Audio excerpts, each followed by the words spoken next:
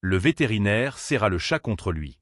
Une minute plus tard, quelque chose d'inattendu se produisit. Le docteur Arthur Pendleton était vétérinaire depuis 40 ans. En 4 décennies de pratique, il avait tout vu. Des chiots ayant avalé des alliances en diamant, des perroquets convaincus d'être des chiens, et même un hamster qui, contre toute attente, avait repris vie après avoir été accidentellement congelé. Pourtant, malgré cette longue carrière remplie d'histoires improbables, le poids du métier s'était alourdi ces dernières années. À 68 ans, Arthur était fatigué. Profoundament fatigue. 3 ans plus tôt, il avait perdu Martha, sa femme, son ancrage, la présence silencieuse qui donnait encore un sens aux longues journées de travail. Depuis sa disparition, la clinique était devenue son unique refuge. Un lieu familier, certes, mais terriblement solitaire. Les murs étaient les mêmes, les odeurs aussi, mais l'âme du lieu semblait s'être vidée avec elle. Ce mardi après-midi, pluvieux ressemblait à tant d'autres. La pluie battait contre les vitres, étouffant les bruits de la rue, lorsqu'un agent de la fourrière entra dans la clinique. Il s'appelait Greg, un jeune homme au visage marqué par la fatigue. Dans ses bras, il portait une petite caisse de transport en plastique. De l'intérieur s'échappait un sifflement rauque, presque mécanique, comme celui d'une vieille machine sous pression. « Désolé, Doc », dit Greg en posant la cage sur la table d'examen. « Celui-là, c'est une urgence rouge. On l'a ramassé dans les ruelles derrière le marché aux poissons. Il a attaqué 3 agents. Totalement sauvage, affamé, incontrôlable. Le refuge est plein. Il est programmé pour l'euthanasie. » Arthur soupira profondément en retirant ses lunettes pour les essuyer lentement. Il détestait ces dossiers. Pas parce qu'ils étaient dangereux, mais parce qu'ils représentaient tout ce qu'il haïssait dans ce système. Des animaux condamnés non pas parce qu'ils étaient malades, mais parce qu'ils avaient peur. « Très bien », murmura-t-il d'une voix enrouée par la lassitude. « Laissez-moi au moins le regarder.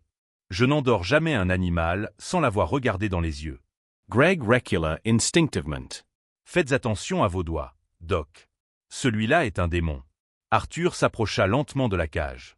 À travers la grille sale, 2 yeux énormes et terrorisés le fixaient. C'était un chat entièrement blanc, souillé par la crasse des rues, les oreilles plaquées contre le crâne. Un grondement sourd sortait de sa gorge, faisant vibrer la table métallique. « Salut, mon grand », murmura Arthur d'une voix douce, celle qu'il réservait aux chevaux effrayés et aux animaux brisés. « Tu en as bavé, hein ?» Contrairement au protocole habituel, Arthur ne saisit pas immédiatement le sédatif. Il enfila d'abord un lourd gant de cuir, puis déverrouilla lentement la porte de la cage. Le chat ne bondit pas.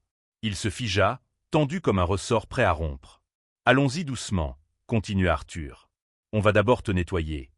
Ensuite seulement on prendra une décision. » Avec une rapidité qui surprit Greg, Arthur attrapa le chat par la peau du cou et le sortit de la caisse. L'animal se débattit brièvement, ses griffes raclant le métal, mais Arthur le maintint fermement contre sa poitrine, le protégeant presque instinctivement. À cet instant, il le vit clairement. Sous la saleté se révélait un magnifique chat à poils courts, d'un blanc immaculé, au nez rose délicat et aux pupilles dilatées par la peur. Son corps tremblait violemment, ses dents claquaient. « Ce n'est pas un démon », grogna Arthur à voix basse. Il est terrorisé. Il commença à lui caresser la tête. Pas avec la distance clinique d'un praticien, mais avec le geste lent, régulier, rassurant d'un grand-père.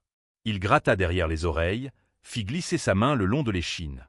Et alors, l'impossible se produisit. Le chat cessa de grogner. La tension quitta son corps. Il leva la tête vers Arthur, cligna lentement des yeux, puis se redressa sur ses pattes arrière. Il posa ses 2 pattes blanches sur l'épaule du vétérinaire, enfouit son visage dans son cou et ferma les yeux. C'était une étreinte. Une véritable étreinte. Arthur se fija. Des chiens l'avaient déjà enlacé, mais jamais un chat. Celui-ci s'accrochait à lui comme à une bouée de sauvetage au milieu d'un océan déchaîné. La mâchoire de Greg s'entr'ouvrit. Je n'ai jamais vu ça. Il a essayé de me mordre le visage il y a 1 heure. Arthur referma les bras autour de l'animal. À cet instant précis, quelque chose se produisit en lui. Une sensation électrique, familière. L'odeur sous la saleté. La manière dont le chat calait son menton contre sa clavicule. Un souvenir enfoui se réveilla. Et juste avant qu'Arthur ne comprenne pourquoi son cœur venait de se briser une seconde fois. Le chat refusa de le lâcher. Puis, très délibérément, il leva sa patte gauche et tapota le nez d'Arthur 3 fois. Top, top, top. Arthur cessa de respirer. Arthur resta immobile, figé dans une posture presque irréelle, comme si le moindre mouvement risquait de faire s'effondrer ce qu'il venait de vivre. 3 tapotements. Toujours 3. Pas un geste de trop. Pas une hésitation. Son esprit refusait encore d'accepter ce que son corps avait reconnu avant lui. Le cœur battait violemment dans sa poitrine, cognant contre ses côtes avec une douleur sourde. Pendant quelques secondes interminables, le monde sembla se retirer. Le cliquetis de la pluie sur les vitres, le bourdonnement régulier des lampes fluorescentes, la respiration nerveuse de Greg derrière lui, tout s'effaça. Il ne restait que la chaleur du chat contre son cou et cette sensation vertigineuse d'un passé qui revenait à la surface. « Ce n'est pas possible », murmura Arthur d'une voix brisée. Ses mains tremblaient lorsqu'il tenta de détacher doucement l'animal de lui. Le chat résista légèrement, s'agrippant encore, comme s'il craignait d'être arraché à nouveau à ce refuge soudainement retrouvé. Arthur le recula à peine, juste assez pour pouvoir plonger son regard dans le sien. Les pupilles étaient encore larges, mais la peur brute avait disparu. À sa place, il y avait une reconnaissance silencieuse, presque douloureuse, comme une attente restée trop longtemps en suspens. Les souvenirs s'abattirent sur Arthur sans ménagement. Martha, debout dans la cuisine, un torchon à la main, souriant doucement pendant qu'un jeune chat blanc bondissait sur l'épaule d'Arthur. Nimbus. Leur Nimbus. Trouvé des années plus tôt, minuscule et tremblant, abandonné dans un carton détrempé derrière une boulangerie. Ils l'avaient ramené chez eux sans réfléchir. Nimbus s'était accroché à leur vie avec une confiance absolue, comme s'il avait toujours su qu'il était enfin arrivé au bon endroit. Nimbus, qui avait inventé ce jeu étrange et attendrissant, grimpait sur Arthur, penchait la tête et tapotait son nez 3 fois avec la patte gauche pour réclamer une friandise. Toujours la gauche. Toujours 3 tapotements précis. Arthur sentit ses jambes céder sous lui. « Arthur » fit la voix hésitante de Greg. « Qu'est-ce qui se passe, Doc ?» Arthur n'entendait presque plus. Il leva lentement la main vers l'oreille gauche du chat, écartant avec précaution la saleté incrustée depuis des années. Sous la crasse et les poils emmêlés apparut une petite entaille à peine visible. Une cicatrice en forme de croissant de lune, insignifiante pour quiconque n'en connaissait pas l'histoire. Arthur inspira brutalement. Nimbus, souffla-t-il. Le chat répondit par un miaulement rauque, irrégulier, dont le son se brisait au milieu, exactement comme autrefois. Ce défaut étrange, cette voix imparfaite qu'Arthur reconnaîtrait entre mille. Ce fut trop. Il tomba à genoux, serrant l'animal contre lui, ses épaules secouées par des sanglots incontrôlables. Il pleurait sans retenue, comme il ne l'avait plus fait depuis la mort de Martha. « C'est toi, mon garçon. » Tu es revenu. Greg resta figé, profondément déstabilisé. Doc, on l'a scanné à la fourrière. Il n'y avait aucune puce. Arthur releva la tête lentement. Son visage était marqué par les larmes, mais son regard ne laissait place à aucun doute. Il en avait une. Je l'ai implantée moi-même. Il se releva avec difficulté, attrapa le lecteur de puces et s'agenouilla à nouveau. Il passa l'appareil entre les omoplates du chat. Silence. Pas de bip. Le cœur d'Arthur se serra violemment, mais il ne s'arrêta pas. Elle migre parfois, murmura-t-il. Elle bouge sous la peau avec le temps. Il descendit lentement le scanner le long de la patte avant droite, centimètre par centimètre, retenant presque sa respiration. Le temps sembla s'étirer à l'infini. Puis, près du coude, un bip clair retentit, brisant le silence. Arthur ferma les yeux. 0419. Il n'avait pas besoin de vérifier quoi que ce soit. L'anniversaire de Martha, ajouta-t-il d'une voix tremblante. Nimbus avait survécu. 4 longues années dans la rue. 4 hivers glacials, des combats, la faim constante, la peur permanente. Il avait appris à mordre pour ne pas mourir, à rejeter chaque main humaine parce qu'aucune n'était la bonne. Jusqu'à aujourd'hui. Arthur posa son front contre celui du chat. Tu as tenu. Tu as survécu sans nous. Ce soir-là, Arthur ramena Nimbus chez lui. Il lui donna un bain long et patient, parlant doucement comme autrefois, lavant couche après couche les années de misère. Sous l'eau tiède, le pelage blanc retrouva lentement sa pureté. Il lui servit sa pâtée préférée, celle qu'il achetait encore par habitude, incapable de s'en défaire. Plus tard, Arthur s'installa dans son fauteuil. La maison, d'ordinaire silencieuse et lourde, semblait respirer autrement. Nimbus dormait sur sa poitrine, ronronnant profondément. Arthur regarda la place vide à côté de lui. « Tu me l'as renvoyé » murmura-t-il. « Je comprends maintenant. » Pour la première fois depuis 3 ans, la solitude ne remplissait plus tout l'espace. La nuit s'installa lentement sur la maison d'Arthur, presque avec précaution, comme si l'obscurité elle-même hésitait à troubler ce fragile équilibre retrouvé. Habituellement, cette heure était la plus cruelle. Le jour s'éteignait, emportant avec lui les dernières distractions, laissant place à un silence trop vaste, trop lourd, chargé de souvenirs. Mais ce soir-là, le silence n'était plus vide. Arthur resta assis dans son fauteuil, sans bouger. Nimbus dormait contre lui, profondément, son corps enfin relâché après des années de vigilance constante. Chaque respiration du chat soulevait légèrement la poitrine d'Arthur. Le ronronnement régulier résonnait dans la pièce, grave et continu, comme un moteur ancien mais fiable. Ce son remplissait l'espace, repoussant l'absence, tenant la solitude à distance. Arthur posa lentement sa main sur le dos de Nimbus. Sous ses doigts, il sentit les reliefs irréguliers de son corps. Des cicatrices anciennes, certaines à peine perceptibles, d'autres plus nettes.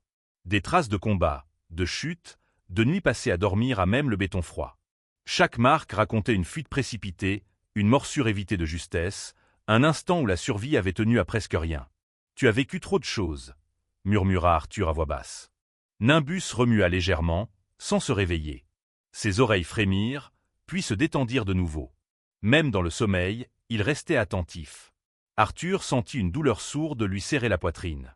Pendant 4 ans, son chat avait vécu dans un monde où personne ne le protégeait. Où chaque bruit pouvait annoncer un danger.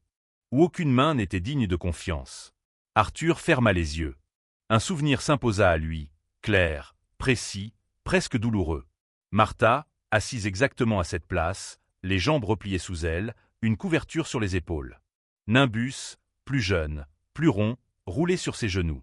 Elle riait toujours doucement lorsqu'il s'endormait ainsi, comme si ce simple geste suffisait à lui rappeler que certaines choses, malgré tout, restaient justes. La douleur de l'absence de Martha était toujours là. Elle ne disparaîtrait jamais. Mais ce soir-là, elle n'était plus une plaie ouverte. Elle ressemblait davantage à une cicatrice profonde, sensible, mais supportable. Arthur comprit alors que le chagrin n'avait pas disparu. Il avait simplement changé de forme. Les jours qui suivirent s'écoulèrent lentement, presque prudemment. Arthur adapta toute sa vie à Nimbus. Il parlait à voix haute, commentant les gestes les plus simples, recréant des repères familiers. Il laissait les lumières allumées plus longtemps le soir, ouvrait les rideaux chaque matin à la même heure. La routine n'était pas une contrainte, elle était une promesse de sécurité. Nimbus, lui, avançait à son rythme. Les premiers jours, il sursautait au moindre bruit soudain. Le passage d'une voiture suffisait à le faire disparaître sous le canapé. Arthur ne le força jamais. Il s'asseyait simplement sur le sol, à distance, attendant. Et peu à peu, Nimbus revenait. Toujours un peu plus près. Un matin, Arthur retrouva l'ancienne couverture de Nimbus tirée hors du placard. Elle était étalée au milieu du salon. Le chat y dormait profondément, exactement comme avant. Arthur sentit sa gorge se serrer. « Tu te souviens » murmura-t-il. Il reprit rendez-vous à la clinique, cette fois non pas comme vétérinaire, mais comme propriétaire. Les examens confirmèrent ce qu'Arthur pressentait. Nimbus était amaigri, affaibli, mais étonnamment résistant. Son corps portait les stigmates du passé, mais son cœur était fort. Il avait survécu là où beaucoup n'auraient pas tenu. La nouvelle se répandit rapidement. Certains collègues parlèrent de coïncidence. D'autres, plus silencieux, évitaient le sujet. Greg, lui, passa un soir à la maison. Il observa Nimbus dormir paisiblement sur la poitrine d'Arthur, puis secoua lentement la tête. « On allait l'endormir », dit-il à voix basse. Arthur hocha la tête. Il n'était pas prêt à partir. La maison changea. Elle n'était plus un mausolée figé dans le passé. Elle respirait de nouveau. Arthur se levait le matin avec une raison précise. Il parlait, il souriait parfois sans s'en rendre compte. La solitude n'occupait plus chaque recoin. Un soir, alors qu'Arthur s'installait dans son fauteuil, Nimbus sauta maladroitement sur la coudoir. Il hésita, cherchant son équilibre, puis grimpa lentement sur son épaule. Arthur se fija. Le chat posa doucement sa patte gauche sur son nez. Top, top, top. Arthur sourit, les larmes aux yeux. « Je suis là », murmura-t-il. « Et cette fois, je ne te laisserai plus partir. » Il leva les yeux vers la photo de Martha posée sur la cheminée. Pour la première fois, il ne ressentit ni colère ni regret. Seulement une gratitude profonde. Elle ne pouvait pas revenir. Mais elle avait, d'une certaine manière, retrouvé le chemin de son cœur. Le démon dans la cage n'avait jamais existé. Il n'y avait eu qu'un être brisé, devenu sauvage pour survivre, attendant simplement de retrouver les bras auxquels il appartenait. Et dans ce retour impossible, Arthur comprit enfin une vérité simple et bouleversante. Parfois, ceux que nous croyons sauver sont exactement ceux qui viennent nous sauver à leur tour.